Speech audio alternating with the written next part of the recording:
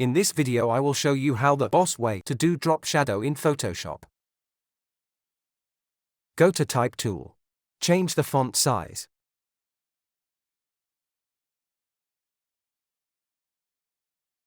Type your text.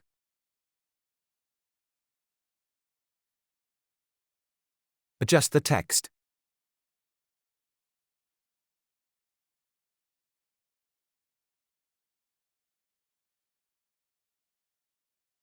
Double-click on the text layer.